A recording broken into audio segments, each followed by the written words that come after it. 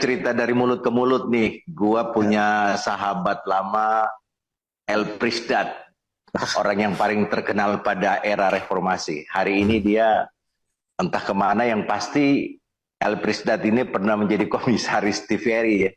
Bos TVRI kan bos? Ya. Sudah 5 tahun yang silam ya. Lebih 5 tahun yang silam. Bos, ya. Hampir 10 tahun kita ini yuk kita ngomong-ngomong soal itu. 3 kandidat kemarin yang berdebat yang cukup mengundang perhatian publik, bahkan ada yang nangis-nangis, ada yang ini dan segalanya. Tapi kita bahas dari ini. Ini kita mau diskusi soal Anies nih, soal Anies. Bos, gimana bos menurut Dato El Prisdat mengenai Anies ini, bos? Ini fenomena Anies nih yang kita mau bicarakan nih. Jadi kalau melihat Anies itu namanya disruption. Disruption itu apa? Disruption politik. Iya, kalau Renal Kasiri menyebutnya cracking zone. Dia bikin patahannya sendiri. Oh gitu. Jadi patahan itu artinya apa? Sebuah mekanisme pasar yang diganggu akan menemukan celahnya untuk dipatahkan. Jadi Anies itu disruption itu begini. Tahu kenapa online muncul? Karena transportasi konvensional mahal. Nah gitu kan? Ya, saya mau mengatakan ini. Kenapa Anies tiba-tiba punya forum Desak Anies? Karena mengumpulkan massa di gedung-gedung mahal. Ya kan? Gitu kan?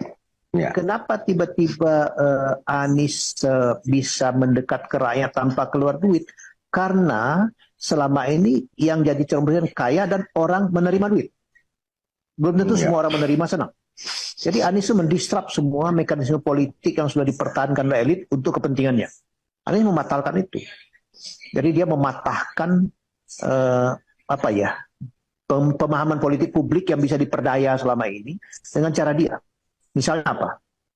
Kalau pemimpin politik datang, biasanya ada seksi masa kan, memastikan gedungnya penuh dulu. Kalau dalam dagang itu namanya supply chain-nya terlalu panjang. Balihonya dulu, terus diatur lagi penanyanya, di-create lagi namanya feeder-feedernya atau ghost shopper kalau bahasa marketing itu. Pembeli-pembeli hantu mempengaruhi pembeli yang sebenarnya.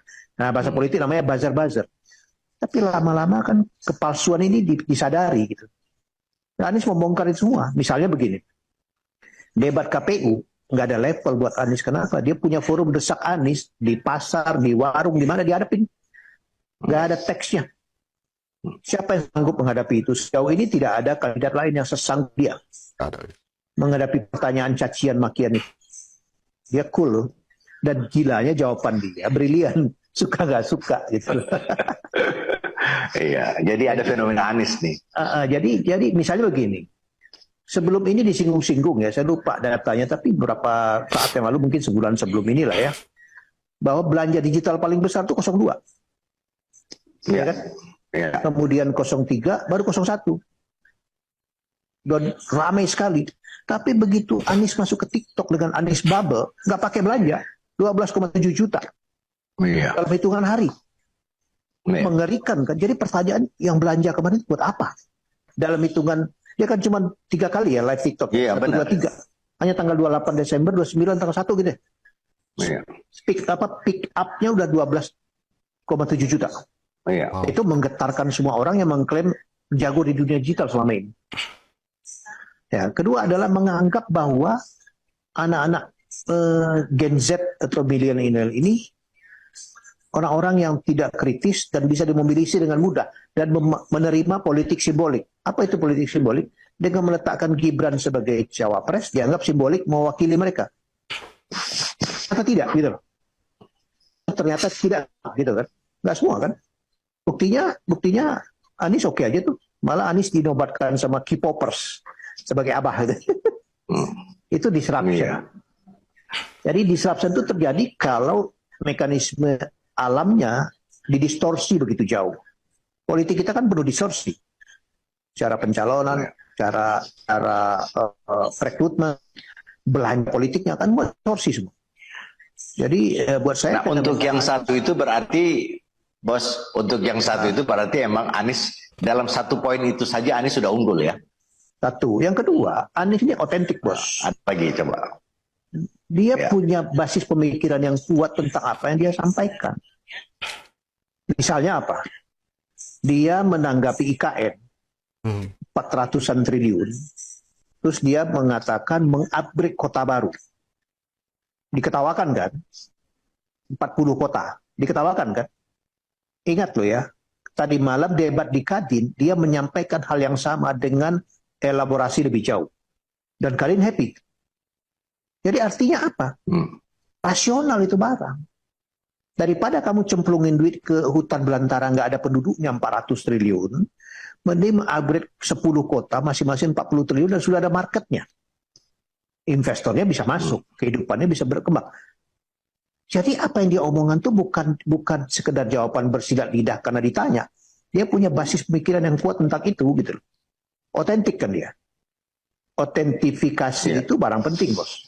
Karena menunjukkan bobot, menunjukkan konsistensi, menunjukkan arah yang dia mau tuju, gitu loh. Ya kan?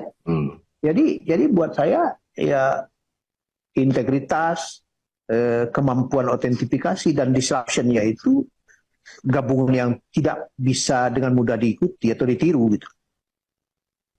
Ya kan? Ya. Kemudian banyak sekali hal yang memang dipersulit untuk dia tapi blessing. Kasus dia pertama kali Persulit tapi nggak gerak masalah. jalan ya. Itu kecelakaan di Bekasi kan. Ketika PKS sudah mengurus izin kalau nggak salah memakai gedung lapangan Patriot untuk untuk mengumpulkan massa. Malam menjelang esok acara dibatalkan. Ya sudah, mereka di jalanan. Dan kemudian di jalanan kemana-mana, kemudian jadi desak Anies. Sekarang desak Anies itu kan forum otentik. Coba, ada kandidat lain yang berani yang sama? Sampai hari ini nggak ada loh. Nggak ada. Dan dia tidak pilih kota. Dia tidak pilih protokoler juga. Di Solo, Anies makan di sawah bersama ibu-ibu. Makan nasi bungkus. Siapa yang sanggup seperti itu sekarang? Calon yang lain, gak usah sebut nama. Ada nggak?